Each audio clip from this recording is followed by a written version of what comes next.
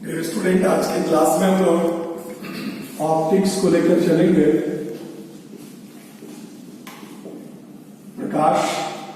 प्रकाशनीति कहते हैं इसे हिंदी में।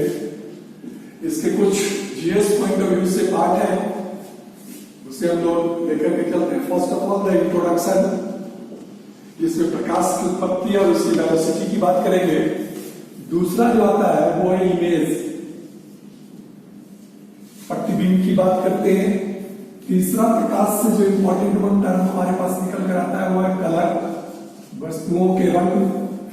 और उसके बाद कुछ इंपॉर्टेंट टर्मिनोलॉजी की बात करेंगे हम लोग। ये ऑप्टिक्स से related general studies point of view से कुछ बातें। इंट्रोडक्शन में प्रकाश की उत्पत्ति की अगर हम बात करें तो प्रकाश की उत्पत्ति के 3 सिद्धांत हैं। Wave theory by Heisenberg, particle theory by Newton and photon theory by Einstein.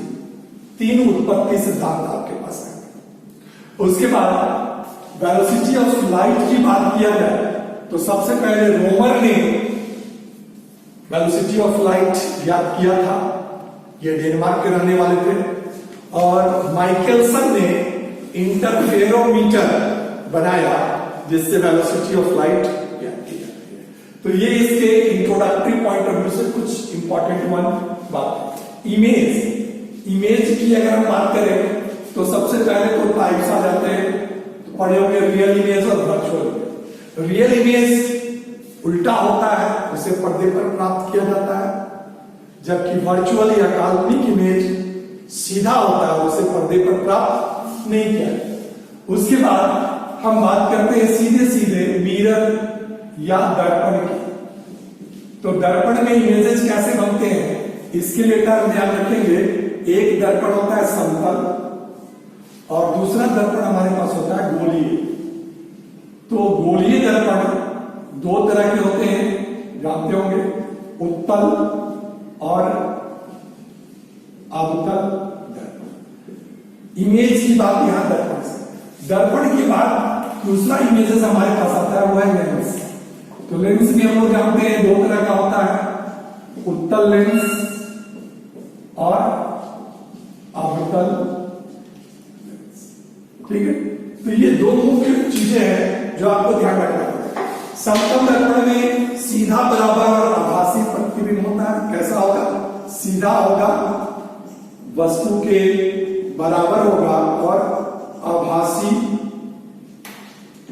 प्रतिबिंब, यानी सीधा, वस्तु के बराबर और आभासी प्रतिबिंब का उपयोग, ये समतल दर्पण का है। और समतल दर्पण में एक टर्म और याद रखेंगे कि वस्तु के बराबर साइज का प्रतिबिंब बनता है। जितनी दूरी पर आप रखेंगे उतनी दूरी पर प्रतिबिंब दर्पण से पीछे की हो जाता है। और इस दर्पण की एक खूबी ये भी है कि आप इसका प्रयोग विभिन्न तरह के, जैसे आप दर्पण बनाने में इसका उपयोग करते हैं, समतल दर्पण होता है। दूसरा आपके पास है गोलीय दर्पण।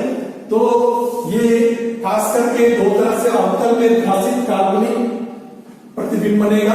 ध्रासित मतलब झुका हुआ, ध्रासित और काल्पनिक प्रतिबिंब बनता है, ये उत्तल दर्पण।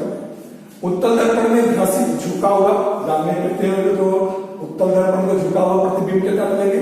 और साथ ही साथ इसके पर ध्यान रखेंगे ये बराबर और छोटा प्रतिबिंब होता है और इसका उपयोग हम लोग साइड मिरर और परावर्तक लेंस में करते हैं। कैसा? तो ये बराबर और सीधा प्रतिबिंब बनेगा। अब आते हैं अवतल दर्पण। तो अवतल दर्पण में याद रखेंगे वास्तविक, काल्पनिक, बड़ा, बराबर प्रतिबिंब बनेगा। सोलर कुकर में और हजामुखी दर्पण में इसका प्रयोग किया जाता है। इसमें प्रतिबिंब कैसा होगा? वास्तविक होगा। इसमें कैसा होता है? काल्पनिक होता है। नाउ लेंस की ओर अगर हम चले तो लेंस में ध्यान रखेंगे, इसमें काल्पनिक प्रतिबिंब बनेगा। उत्तल लेंस में ये काल्पनिक प्रतिबिंब होगा और ये वस्तु के बराबर, वस्तु से बड़ा, वस्तु से छोटा भी हो सकता है। और इसमें आभासी प्रतिबिंब बनेगा और वास्तविक तथा छोटा। अवतल में क्या हो जाएगा? आभासी प्रतिबिंब ठीक है, और जो भी होगा वास्तविक भी होगा इसके अंतर्गत, और वस्तु से हमेशा ही छोटा है। याद रखेंगे अवतल दर्पण का उत्तल दर्पण का प्रयोग मैंने बताया। उत्तल दर्पण जो है वो दूर दृष्टि दोष में, अवतल दर्पण जो है वो निकट दृष्टि दोष में। कलर का क्या, तो एक कलर ट्रायंगल हम लोग लेकर के चलते हैं जिसमें 3 प्राइमरी कलर लेते हैं, और ये तीनों प्राइमरी कलर कहीं पर भी आपस में मिला दे, जैसे लाल है, हरा है, क्लियर, और नीला है, क्लियर। RBG से याद रखेंगे ये 3 आपके प्राइमरी कलर है, तो हरा और लाल को मिलाएंगे तो ये कलर पीला हो जाएगा।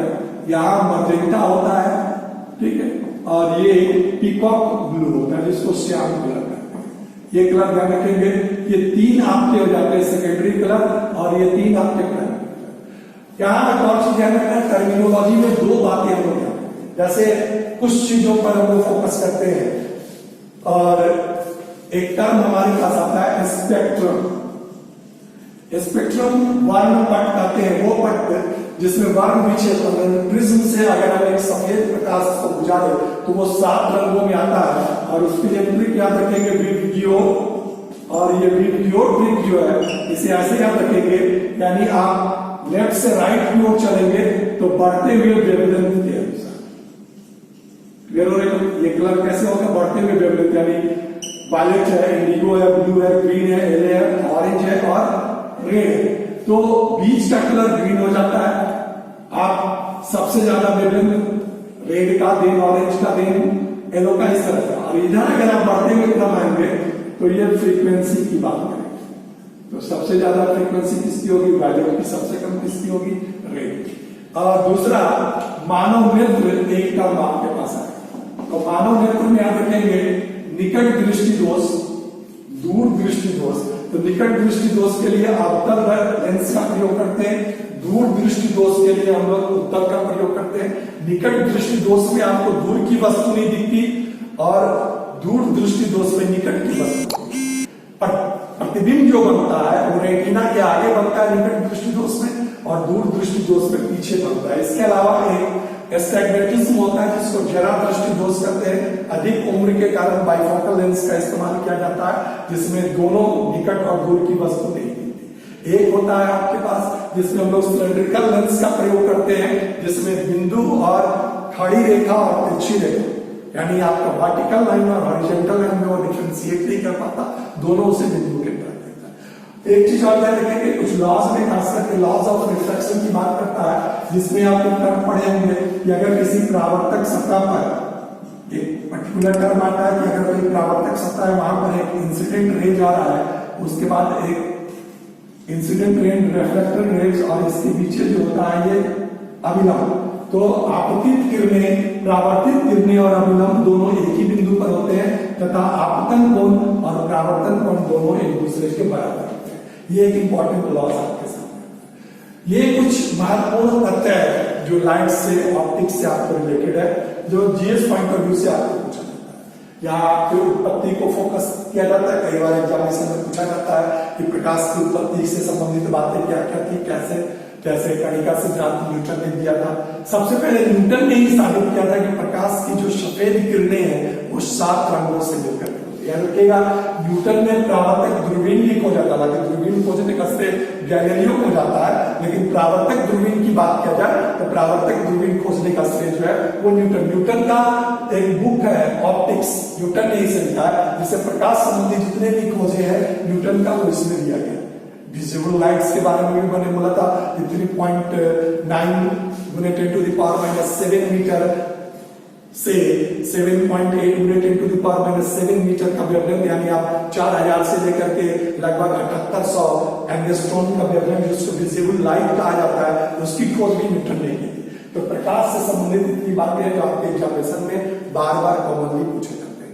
कल फिजिक्स के लास्ट चैप्टर पर हम लोग फोकस करेंगे, वो होगा न्यूक्लियर फिजिक्स, जिसमें हम परमाणु भट्टी वगैरह की चर्चा करेंगे, और उसके बाद हम लोग हिस्ट्री, पॉलिटी, ज्योग्राफी और इलेक्ट्रॉनिक्स की ओर फोकस करते चलेंगे।